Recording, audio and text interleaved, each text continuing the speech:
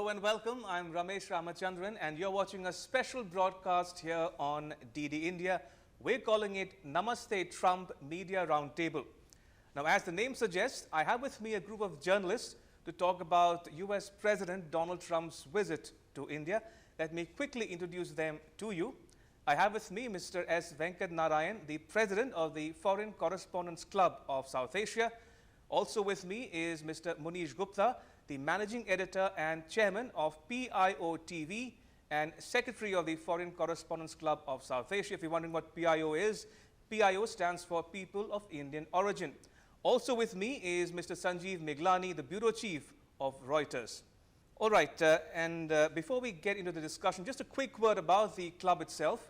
Now, the FCC of South Asia has hundreds of journalists as its members, and most of them are based out of New Delhi, but they cover the entire South Asian region for their respective news organizations. By that I mean they cover India, obviously, but besides India, they cover Afghanistan, Pakistan, Nepal, Bhutan, Bangladesh, Sri Lanka, and Maldives.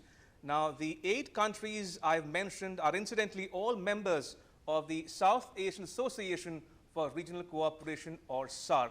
And as the coffee mugs in front of me would tell you, the FCC is several decades old. And if I can ask Mr. Narayan to give our viewers an overview of the club itself, just a quick word from you about the club before we get into the discussion. The FCC stands for the Foreign Correspondents Club of South Asia. This was set up in 1958. 2 years ago, the Vice President of India launched our 60th anniversary celebrations. This is our 62nd year in existence. We have more than 1,000 members. 800 of them are journalists. They work for the leading media organizations across the globe. They're based in Delhi and they cover the whole of South Asia, as Ramesh has mentioned to you. And anything you read or watch on television anywhere on the planet about India and South Asia would have been written by a member of the Foreign Correspondents Club. All right.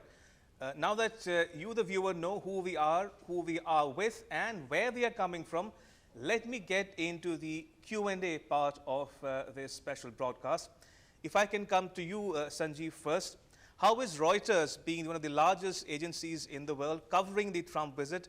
Are you pulling in more resources from all over your other bureaus to focus especially on the Trump visit to India? Yeah, sure. No, thanks for having me here. Absolutely, it's a big story. Trump, wherever he goes, is a story. So we're putting on all the resources as can be. I mean, we're competing in a world where there's coronavirus. There is news all across, but Trump certainly is a story with Modi. It's a big story for us. So we've got a White House traveler with him. We've got a text reporter. We've got a photographer. We're also flying colleagues from Delhi into Ahmedabad, where, as you know, is the big the India Roadshow, and then there is the Namaste Trump, the rally, which is supposed to be bigger than what happened at Houston last year. So there is a lot of excitement, and then the first couple go off into Agra. So we are also covering our bases in Agra before they come into Delhi the following day. So there is a lot of optics, and for a news organization, this kind of optics with the president who's on Twitter, it's like, yeah, this can go on script and it can go off script as well. So we've got all our bases covered at the moment, and we're really looking forward to this story. Great. And talking about optics now, this visit, by all estimates, is going to be high on symbolism and substance as well. So from PIO TV's perspective, how are you looking at the Trump visit to India? The single largest population of Indians living outside India is in the United States. Officially, we say 4 million. I think they're more than that. And I think at least half of them are Republicans, and therefore, looking forward to Trump's visit. I think also, the symbolism of a US president visiting India and somebody as big and out there, right. Instead of saying more, I would say just out there as Trump. People in America, and especially the Indian Americans, are really looking forward to it. And I think after Howdy Modi in Houston, and the fact that Mr. Trump has already said that he's can't wait rather, for the 7 million people lining up from the airport to the stadium, Motera Stadium, where he's going to go, I think the expectations are riding very high. And I think on the other side, it's been made clear while President Trump is coming here, and I don't know what else he brings along and what deals are signed or not, But I think the very fact that these two people, the two great democracies of the world, have met several times, I think 8 times, already in a span of 4 years, or less than 4, is there's a whole euphoria around what's the chemistry between Trump and Modi, and why do they see each other so often? And I think Trump had made a promise that he would visit India during his first term. Right. And I think there's a lot of expectation from this visit. And I think, if you ask me honestly, both these gentlemen would live up to it. Great. Mr. Narayan, as Mr. Gupta pointed out, we've seen almost in fact, every American president since the year 2000 has visited India. It was Clinton in 2000, Bush in 2006, and Obama twice in 2010 and 2015, and now we're having President Trump in India as well. Now, I'm sure you've covered many such high-profile visits in your long and distinguished career in the sphere of journalism. Do you have any recollections or memories to share with our viewers about the many presidential visits that have happened in the last several decades? Well, each visit was unique in its own way. When Eisenhower came, he was the first president of the United States to visit India in 1959. Since then, you had Nixon, you had Jimmy Carter, and you had Bill Clinton and Barack Obama, George Bush Jr., and now Mr. Trump. You see, when Eisenhower came, he made a very interesting statement. He said, it is the people of India and the United States who will show the way forward. And we were in the doghouse when Bill Clinton came in the year 2000, and his visit to India changed the whole world's view of India, whether they should ban India or not and all that. Once Mr. Clinton went back, right, you had a large number of VIPs coming to India, and so we were out of the doghouse. And then we signed the Indo-US Nuclear Cooperation Agreement, which was a milestone. Indeed. And we had last week a huge delegation of nuclear experts from United States coming and visiting our country to discuss the setting up of 6 1,000 megawatt nuclear plants in Kowadi in Andhra Pradesh. So I think as Munish said, you have more than 4 million Indians living in the United States, and at least 2 lakhs of them are millionaires. There are 5 Indians who are billionaires. You have dozens of Indians who are, heading institutions like Microsoft, Google, and so on.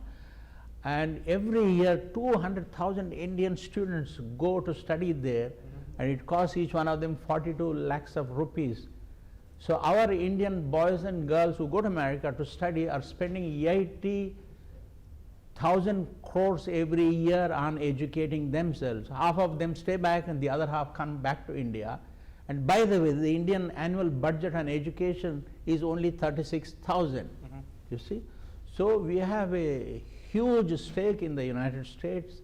Both are liberal democracies, and I'm delighted that the President of the United States has chosen to visit India in his first term, and we can only hope for the best. I think they are not signing any agreement right now because they are working on an FTA, free trade agreement. I think they are working on it, and they might sign it after the elections are over. That's my belief. Sure. I want to talk about the Indo-US strategic partnership with you, Sanjeev. If you can give our viewers an overview of the current state of play in the bilateral ties in all its facets and dimensions, be it economic, strategic, political, cultural, people-to-people ties. So how would you describe India-US ties today as we speak in view of the President Trump's visit to India? Yeah, no, sure. Just as like Venkat mentioned, it's a dramatic change from what it was. We mentioned in the doghouse at one point when after our 9 nuclear tests, right? India was considered the outlier, and we were the kind of language the Americans were speaking at that point was for some people was quite jarring. But from then this relationship has really flourished. In terms of defense relationship with Iran, I think the Americans have sold us over $18 billion of arms in the last 15 years. Russia used to be our traditional supplier, right? They're almost outstaged the Russians out of the picture. The Israelis have also walked in with this. So the defense relationship is flourishing. We have the Americans, I think, hold more exercises with India than with any other country. Well, that's like, it's quite a dramatic change from where we were on the opposite side of the Cold War at some stage, right? And then on the economy also, it has grown from what it was. We are like $140 billion of trade. But it is true that this trade relationship with this president, who's very trade focused, he's taken it at the top of the agenda, and the rest of the strategic stuff has fallen a bit behind. His focus is on trade, and trade is an issue. It's an area of friction. We can't. I think it's clear to both sides that we can't shy away from it anymore. It needs to be tackled head on. And like Venkat mentioned, now the big prize they've thrown in the middle is this FTA. Right. I think from where they are right now, they don't even have a limited trade deal in position. They've been arguing, they've been sort of contesting it for the last month to get something in place, a mini deal. And even a mini deal is proving to be, I don't know, maybe they're still talking at this point, but it's still proving to be elusive. From a mini deal to go into an FTA with America, which is, it's going to be a long haul. I mean, that's where it is. We walked away from the RCEP. Remember the China-led, because we got worried that there's going to be a flood of Chinese goods. So for America and India, the power differential is quite huge, isn't it? I mean, our per capita income is $2,000. America is at $60,000. So that's one of the gripes that India has, is that they're treating us as like on par with China, with the way, I mean, our economy is 5 times smaller than theirs. And so, it is a very interestingly poised relationship, and it is driven by these two personalities, two strong personalities, isn't it? Indeed, as you mentioned, Sanjeev, trade and defense could be the 2 big pillars of the bilateral ties going forward as well. But if I can come to you now to talk about the Indian-American community in particular. Now, there's no denying the fact that this is an election year in the US. The US goes to the polls in November this year. So between now and November, President Trump can be expected to build on the Indian-American community, the diaspora in the US, for his re-election campaign. In your estimation, how has the Indian-American community evolved over the years? Have they actually come of age, and have they found a voice in American domestic politics? Are they a force to reckon with in US politics today as we speak? You know, Ramesh, the numbers are very clear. You have 5, 6 congressmen, a senator. When 20 years ago, 25 years ago, as Sanjeev and Venkat said, we used to think about where a relationship could potentially go in 10 years or 15 years or 20 years. I still remember migrating to the US 33 years ago as a journalist, and if I would ask for an interview or a comment, people would say, India. I mean, I thought we don't have anything in common. To today, India being labeled as America's most strategic partner. And I think the value lies therein. And that's what Modi and Trump have emphasized. So trade deal or not, I think what has happened is India is valued as a very strategic trade, defense, geostrategic partner by the United States. There's no denying, and this is not Trump. This is Clinton, George Bush Jr., Barack Obama, and Trump, everybody saying the same thing. But to talk about the Indian-American community, it's certainly come of age. Just in the last 33 years that I've seen the Indian community, we went from being insignificant contributors to any political scenario to becoming one of the most significant contributors, both in terms of dollars and numbers. Now, by numbers, I mean vote. See, America is a free, open election. You can actually contribute to a candidate. You can pay into their campaign funds. So every candidate looks to raise at least 10, 15, 20, $100 million. And I think with 2 million Indians behind Trump, that's certainly a factor that plays. And of course, the votes count. And then the Indians are today employers in the United States. They not only run big giant companies, but they actually employ hundreds of thousands of people as business people. And I think that also, that influence carries weight on the voters. And if the Indians do well, and if the Indians side with Trump, and so would the rest of the people working for those Indians. And I think every president, and I can tell you since probably at least George Bush Sr., I have watched it, with every successive president, we have seen more and more attention being paid to the Indian-American community. And today, I can tell you that the Indian-American community must have reminded President Trump umpteen number of times saying, you promised you will visit our motherland, you better do it soon. And I think the effect was there. You could literally see it coming when Prime Minister Modi was in Houston for Howdy Modi. No American president goes and makes a stop, a full stop, at another country's prime minister visiting and talking to his or her diaspora on the American soil. So this was a big move by an American president. They've tried it in the past, they've addressed little doctors here and there or techies, but at the Indian Prime Minister's address to the diaspora, for a President Trump to actually come in and for the two to walk together, hand in hand, make speeches, you know, talk to each other. I think it's all reflecting in what Mr. Trump said 2 days ago, that irrespective of everything, I like Modi, he's a friend. Yeah. And you know, every relationship, even a business relationship, starts with a personal relationship. If you don't have a personal relationship, you'll only listen to your bureaucrats or somebody telling you India is important, let's try to do this. But if the two men can sync, it starts from the bottom and percolates down. Absolutely. Now, that gives me a perfect segue into my next question about the top-down approach to diplomacy, exemplified by the two leaders in question, the two men in question, President Trump and Prime Minister Modi.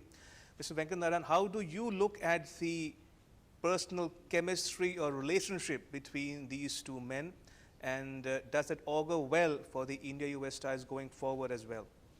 You see, one thing interesting that has happened during the past 6 years of Mr. Modi's prime ministership is that, you know, he has made it a point to visit all the important countries on the planet, and he made it a point to address diaspora rallies and attracted massive crowds.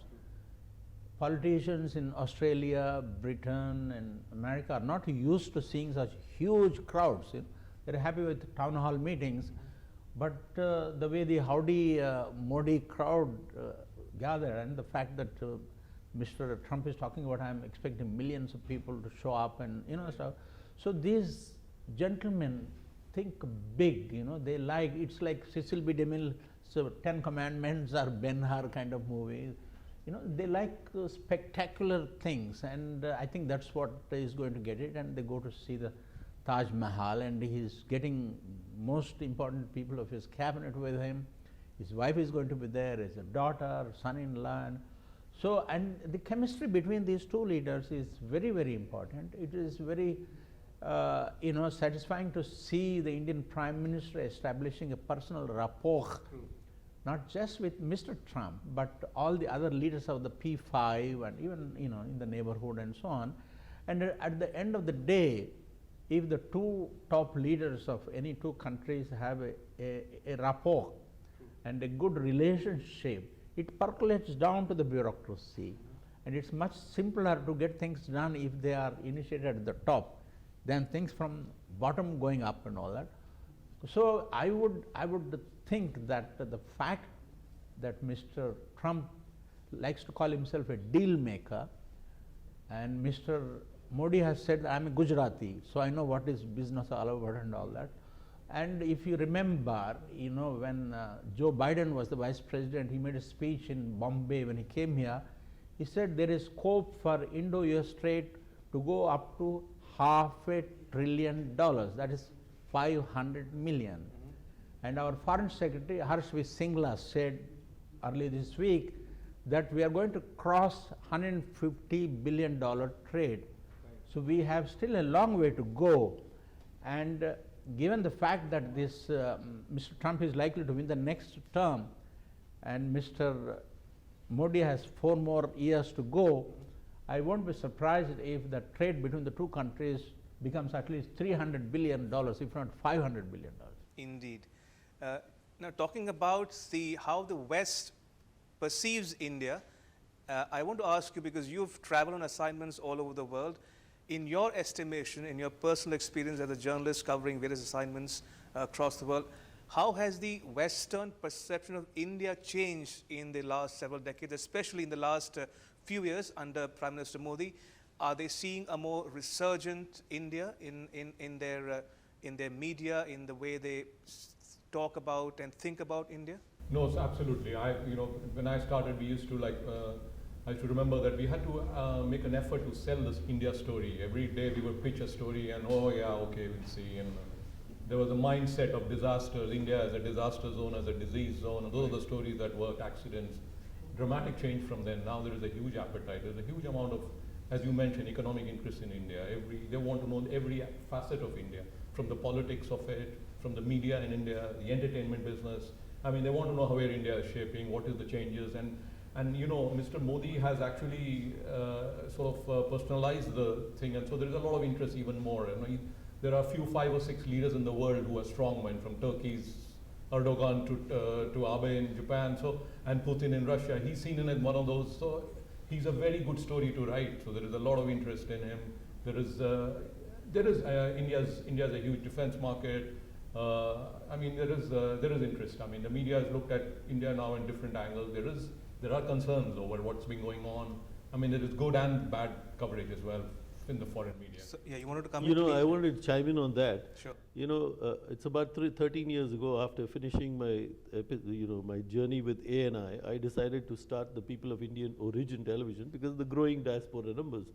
But just to carry forward what Sanjeev was saying and what you asked about, today we get requests from country broadcasters around the world asking us to show the changing face of India.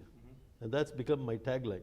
Everything we show to the diaspora and the rest of the world is the changing face of India across every sphere of Indian life, be it polity, business, economy, lifestyle, culture, fashion, entertainment, cuisine.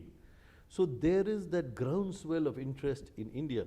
But I wanted to make a point, you know, this man, and I'm not taking sides because I can't vote, I'm a US citizen, but Modi has somehow packaged this whole thing of India and presented it in a manner to the whole world. As Venkat was saying, he travels everywhere. He's made it a point to go everywhere.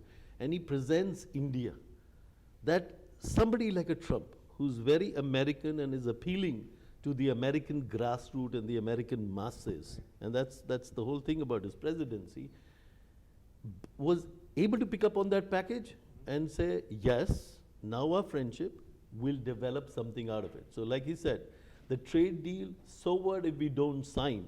But we are working on it, and he made it definitive by saying it will get done. That's pretty strong words coming from a president of the United States. Absolutely.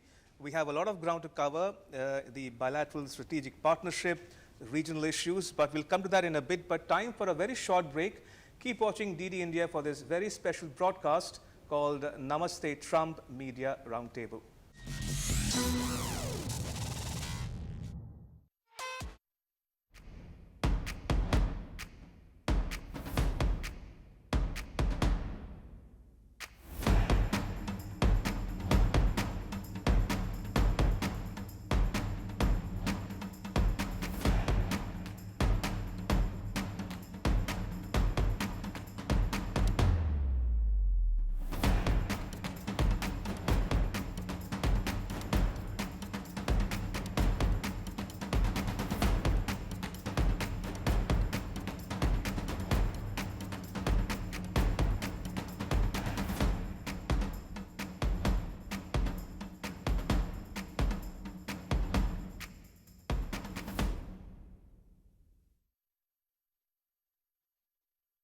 Welcome back. You're watching a special broadcast here on DD India. We're calling it Namaste Trump Media Roundtable.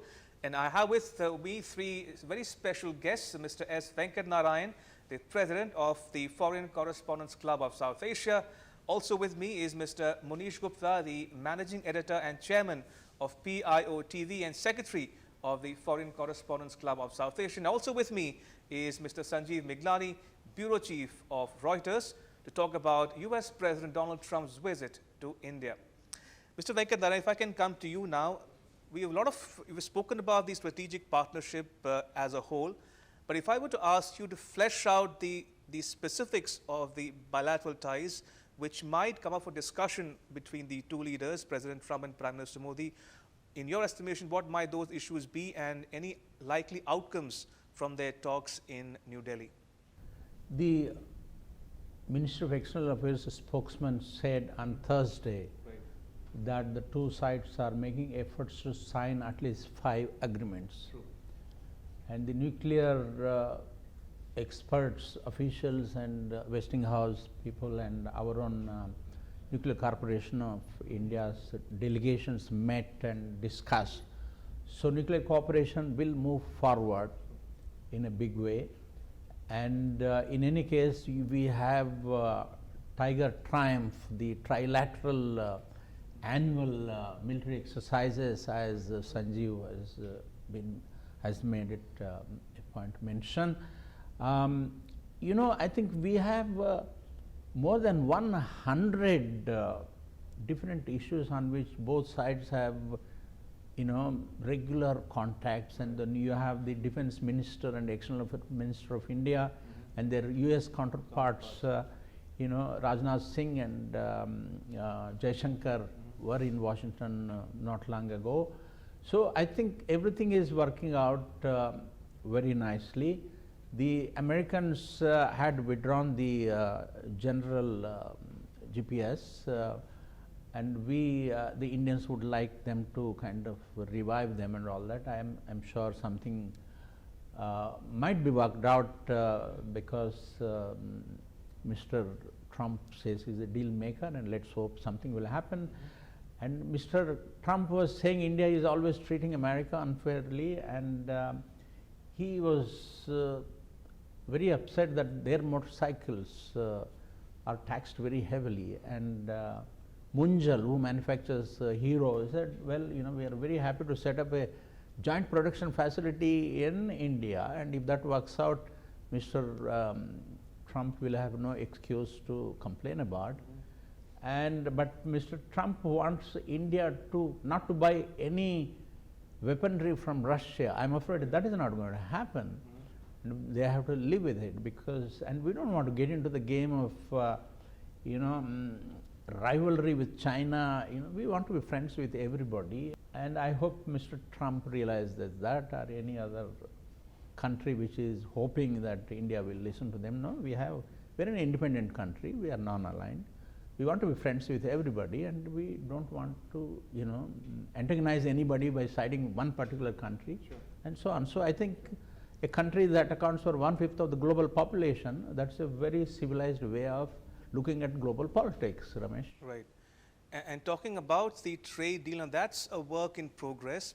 But the fact that President Trump is flying all the way from Washington, D.C. to Ahmedabad, Agra, and New Delhi for about 36 odd hours speaks volumes about the current state of play in the bilateral ties. So what explains the significance that both sides attach to this relationship, and what does that speak to you in particular about President Trump's visit to India? You know, I think we've got to stop, you know, dissecting visits of either Modi to America or Trump to India based only on bilateral MOUs and agreements. I think this trip is symbolic of the fact that Mr. Trump wants to reciprocate the friendship and the camaraderie and bonhomie that he enjoys with Prime Minister Modi.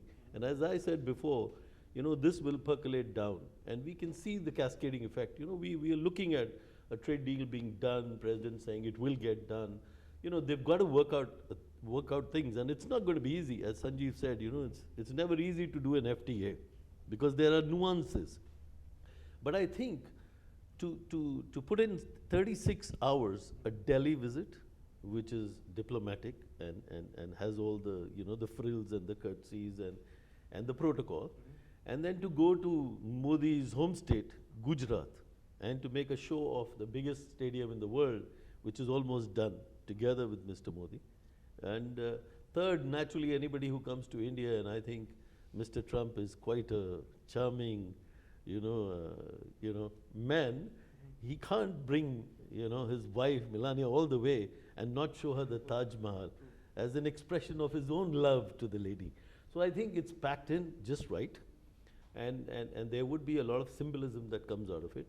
I think on a larger level, these two gentlemen have agreed that the strategic partnership now needs to expand and go beyond what it's been, just the exercises, defense, manufacturing, trade. And I think Indo-Pacific becomes a very important part of the agenda. I think a lot of countries are looking to this bonhomie turning and translating into other things that come out of it. I think what the news coming out of Afghanistan is significant. I think America has always made it clear that India has a role to play. Sure. You know, in the post-withdrawal scenario, India is already playing a big role in West Asia in the current scheme of things. So I think all that matters. You know, when two leaders get together, they don't just talk about, I've come to your country and I want 100 billion from you and I'll give you 50. But they talk about, you know, they get a chance to talk about Iran. They get a chance to talk about Afghanistan. I'm sure Mr. Modi will bring in Pakistan. Mr. Trump may have things to say about China. You know, the Japanese might have sent a message to Mr. Modi about, you know, what to do in the Indo-Pacific. So there's a lot of things at play. And when big guys talk, and these two certainly are big guys, you can expect things to happen. Absolutely.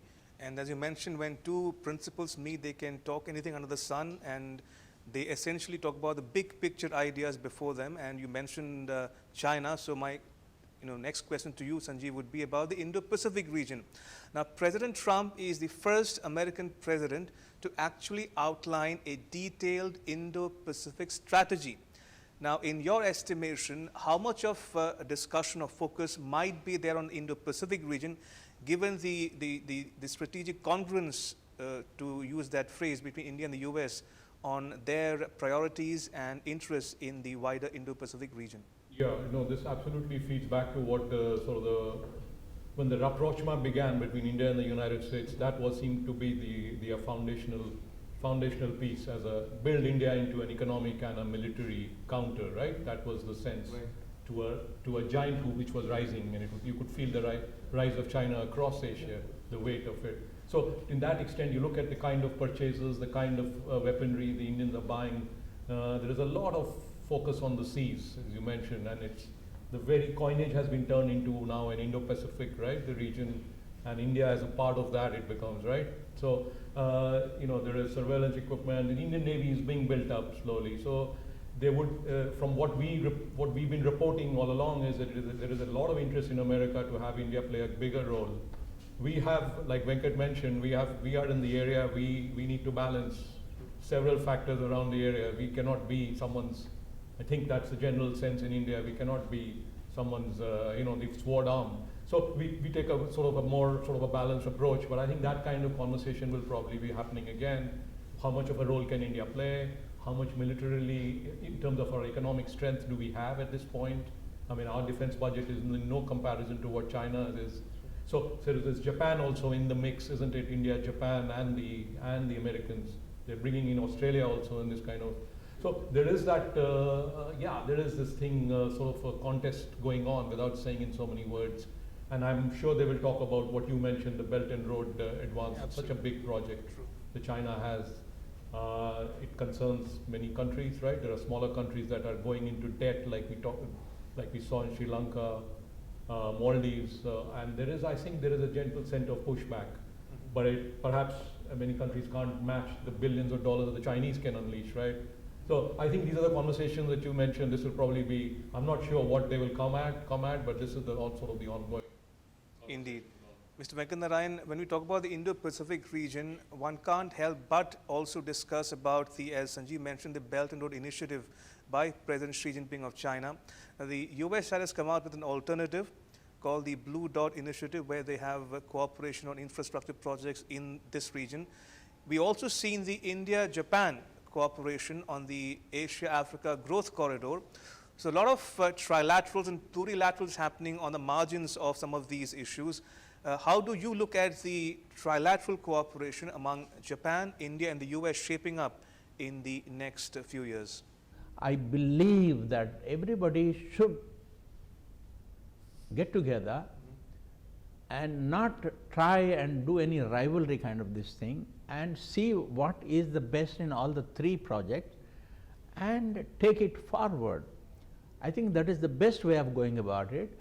So the time has now come for the likes of Xi Jinping, Shinzo Abe, and Mr. Trump and Mr. Modi to put their heads together and figure out a pragmatic way of connecting the world. This is my view. I just want to add, what Venkat says is absolutely right. But I just think that, if I'm a small country and here is China with all its billions offering to build infrastructure, I mean, how can I say no to this? Exactly. Right? But there is an option. If there is an option available to me, if someone else is also there, as a country, I would I want to be a bit more balanced in the approach rather than depend entirely on one country for everything from hospitals to infrastructure. Everything is being built. If you go to the Maldives, it is like So as an option, what you mentioned as the blue dot, I mean, but there is a problem of money, of course. But as an option, any small country would want, rather than put all its eggs in one basket, right? I think there is something to be. You know, for my own reason, personal reasons, I started traveling to Africa, and then I ran into a lot of Indians who live in Africa, and then came this whole story about connecting India's good technology and innovation with Africa. But I want to give you something that I've learned across, across my journeys and in time. You see, China did whatever it did, and I kind of agree with Venkat. We're not competing. We can't compete. We don't have the $1 trillion. But what India is beginning to do, what Americans did a while ago, but only with money, but they didn't put technology and innovation and other softer things, India is now seen to become, and you would have seen that manifest in the new Ministry of External Affairs. You know, there's this whole emphasis on development partnership. So India is using, maybe it's only $20 billion that it has for Africa, another 10 for ASEAN, another maybe 5 or 10 for Latin America and Caribbean. So it's pooling all this, and in this effort of creating development partnership, finding revenue for Indian SMEs and startups that have this technology and innovation that can go and easily be adopted somewhere, they're creating revenue, but they're using it as a great tool for diplomacy when it comes to voting in the United Nations. And interestingly enough, I don't know if you remember, when President Obama came to India and he addressed the joint houses of parliament, he said, American companies must learn to ride on the back of Indian companies into Africa. Now there was a message in there. You know, post-colonial period, black Africa does not like, you know, the colonists. And the Chinese, to some extent, rode that wave in the last 20, 25, 30 years, saying, here, we have money, we have technology, we want to work with you, we want to give it to you. But some experiments of theirs went bad, particularly when they started doling out the bills. Now, India goes in there with this soft diplomacy or technology diplomacy. The Americans and the Western countries like that and are willing to back India on that. If you look at the IOR, the Indian Ocean region, that's another area. And in the Indo-Pacific, that's something that the Western powers are backing India on. Sanjeev, just a quick follow-up. If you can weigh in on two more related issues in the context of the Indo-Pacific. One is the elevation of the Quad, comprising India, Japan, the US, and Australia, to the ministerial level, more conspicuous, more visible projection of the quadrilateral. The second issue is the 5G issue. Now, there is some dissonance, people say, between India and the US on the issue of 5G vis-a-vis Huawei. So, look to weigh in on these two issues, Quad and 5G. On the Quad, as you mentioned, it is coming into shape slowly, but gradually. I think India is being very careful, given the geography, given the situation we are in. We do not want to go too far out in this. There has been a history of reservations about it. The Chinese see this as a, if you're in China, if you're sitting in Beijing and I see these 5 big countries, large countries, they call it the dance of democracies. One country, it doesn't give you that kind of comfort. So I think there is a bit, we are trying to be very careful about it. The exercises that we hold, we have sort of confined it to India, USA, and Japan. Australia is quite keen to get into them, and at some point I think we will open the door. It sounds like the conversations are going on towards that end.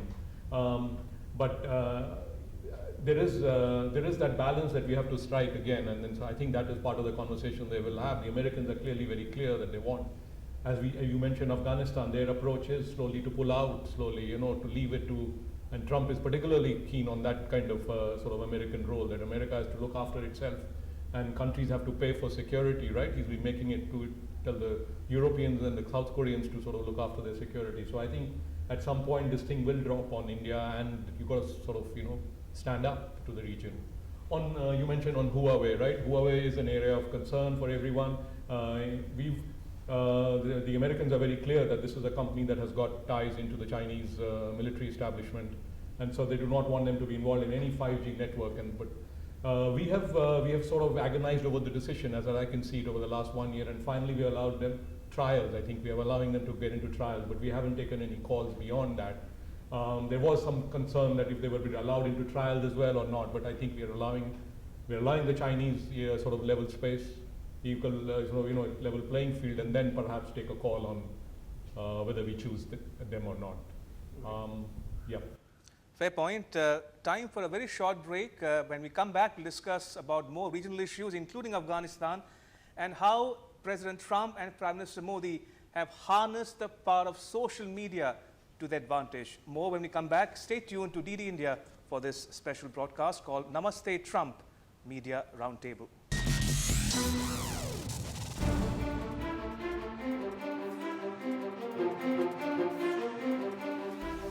वैसे तो president Trump मुझे tough negotiator कहते हैं, लेकिन वो खुद भी the art of the deal में माहिर है। हम दोनों की ये दोस्ती भारत अमेरिका के शेयर्ड ड्रीम्स और वाइब्रेंट फ्यूचर को नई ऊंचाई देगी।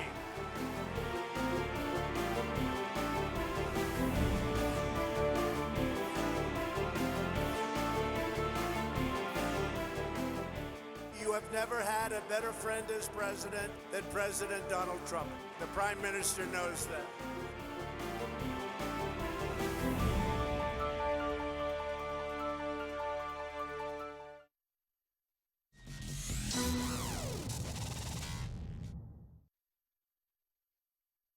Welcome back. You're watching Namaste Trump Media Roundtable here on DD India.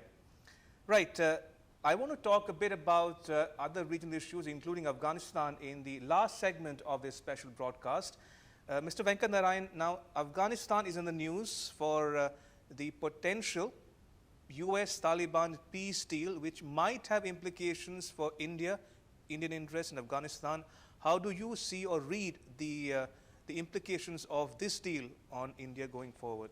I don't think it's a great idea for Mr. Trump to pull out his troops and leave just 14,000 behind because he wants to make a point in the elections which he's facing in November. You see, once the Taliban think that the Americans are going to get out of Afghanistan, and they will try to assert their weight. Already they are giving a lot of trouble to Ghani, who re-election was announced a few days ago, and they say they are not accepting it. And I do not think that the Afghan police and military are in a position to defend themselves. Taliban, I think, is quite active in large tracts of Afghanistan, and that is primarily because of Pakistan. The Pakistanis do not want India anywhere near Afghanistan, but we have already invested $3 billion. You're building up Chabahar port in Iran, so that we can transport goods to Afghanistan as well as send stuff to Central Asia, because the Pakistanis do not want us to use their territory. So it would be nice to see, in an ideal world, at least in Mr. Trump's world, he would like to see Indian boots on Afghan territory, but that is not going to happen. We are training their police officials and training their civil servants and things like that. But so long as Pakistan is involved in encouraging Taliban to create trouble, because Pakistan wants to control the people who rule Afghanistan.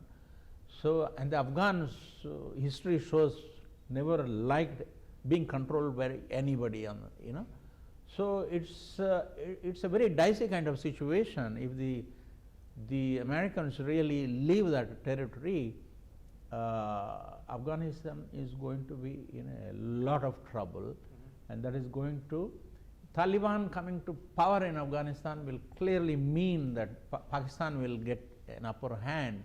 You remember the last time the Taliban was in Afghanistan, we had to shut down our operations, and airline services were discontinued and so on. And now we are having to fly grapes and pomegranate and all this fruit through a special route from Afghanistan into India, because the Pakistanis are not allowing us to bring those goods and all that. So things will get very difficult, and Mr. Trump might end up regretting his decision of pulling out, because even before the elections in November, we are in February, you have 9 more months.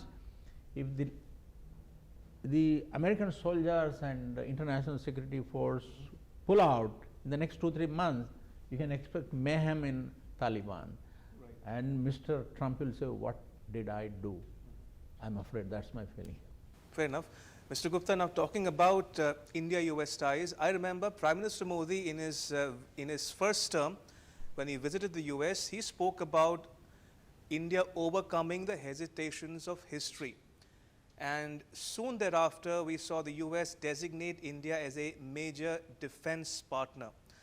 So when you look at these two and put these two statements or remarks together, how do you see the evolution of the defense ties in particular shaping up in terms of co-production, transfer of technology between India and the US? You know, I think India's muttoned up to the fact that it can't put its eggs in one basket. And India wants to grow a trade and other overall relationship with America, with France, with Germany, Japan, everybody, including maybe all kinds of things with China. I mean, just like Sanjeev said, they have not stopped the testing of Huawei equipment. They'll decide later, because 5G is critical for everybody. If we find a solution in-house or from the Americans or from somebody else, we'll do that too. So I think the bottom line lies in the fact that India has moved away from the typical or stereotypical foreign policy stance to taking a newer stance. I think you have seen a new paradigm in the way Modi has, brought about his foreign policy, and I think we will see it take further shape and change under Jaishankar as the External Affairs Minister. And the second thing is that, look, India is India's fifth largest economy today. Who doesn't want a piece of India? I mean, the Chinese are happy with India because of the economy. And the Russians want a piece of it. Everybody wants a piece of it. So I think America has come to terms with the fact that India is not stealing its technology, which used to be the jargon 30 years ago. We won't give you technology because you'll steal it. Now we have to sell you technology, but on certain terms, so that you can either buy it, co-manufacture it with us, so we make money and you prosper. And I think that's what is happening these days. And if you look at the deals that Lockheed Martin or Boeing or other companies are making with India, I think in the next few years, let this election go by. And Venkat's already pronounced President Trump as coming in again. But let this election happen in November.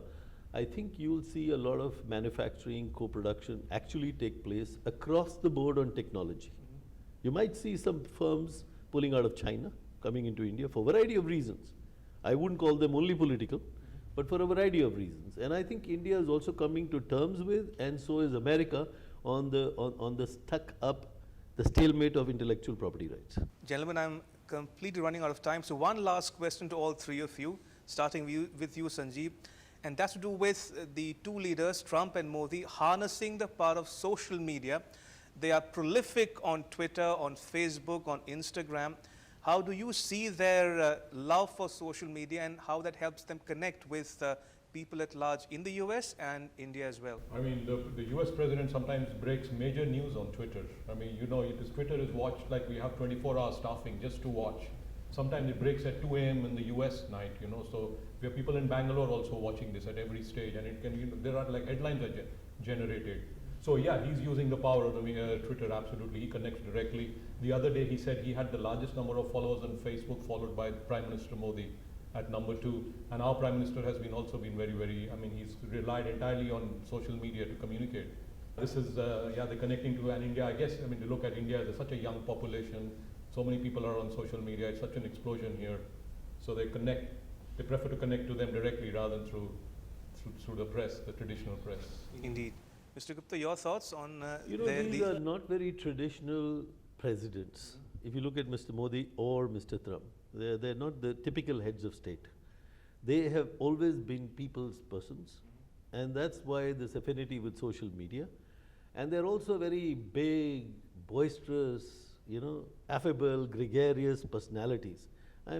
Once they decide they want to walk a path, they talk the talk that walks their path.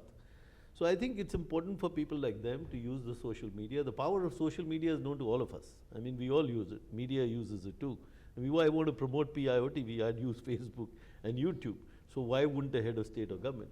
And I think, as Sanjeev said, the world is taking on, especially the younger generation and the younger people, to social media. So the countries, the heads of state are taking to it But there's something to these two people. I mean, if you look at the trends they create on Twitter, Facebook, through their utterances or announcements, it seems that they also have the knack of knowing how exactly to use it. And I think I would hand it to them on that score. Mr. Venkat Narayan, you get the last word. Your thoughts on the social media profile of Trump and Modi, and generally about the Trump-Modi bonhomie or the relationship? Well, I think these two gentlemen are number one, number two on Twitter and Facebook, and the fact that a lot of Indians, a large number of Indians are into social media is an added attraction for the Indian Prime Minister. All right, on that note, I want to thank all three of my guests, Mr. S Venkat Narayan, Mr. Munish Gupta and Mr. Sanjeev Miglani for joining me on this special broadcast. Appreciate it. Thank you, gentlemen, for your time. Thank you. Thank you. And that's a wrap on this special broadcast. But news continues here on DD India. You can catch all the latest updates on our social media, mobile and digital platforms. Thanks for watching. Bye-bye.